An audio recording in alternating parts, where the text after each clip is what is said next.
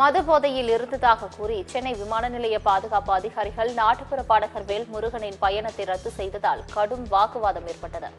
நாட்டுப்புற பாடகரான Velmurugan indigo airlines மூலமாக திருச்சி செல்வதற்காக சென்னை விமான நிலையம் வந்துள்ளார். அப்பொழுது அவர் மது போதையில் இருந்ததாக கூறி அங்கிருந்த பாதுகாப்பு அதிகாரிகள் அவரை உள்ளே அனுமதிக்கவில்லை என்று கூறப்படுகிறது.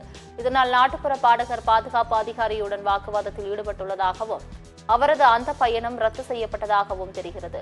பின்னர் நாட்டுப்புற பாடகர் வேல்முருகன் மன்னிப்பு கேட்டுக் கொண்டதன் பேரில் வேறு ஒரு விமானத்தில் திருச்சி அனுப்பி வைக்கப்பட்டார்.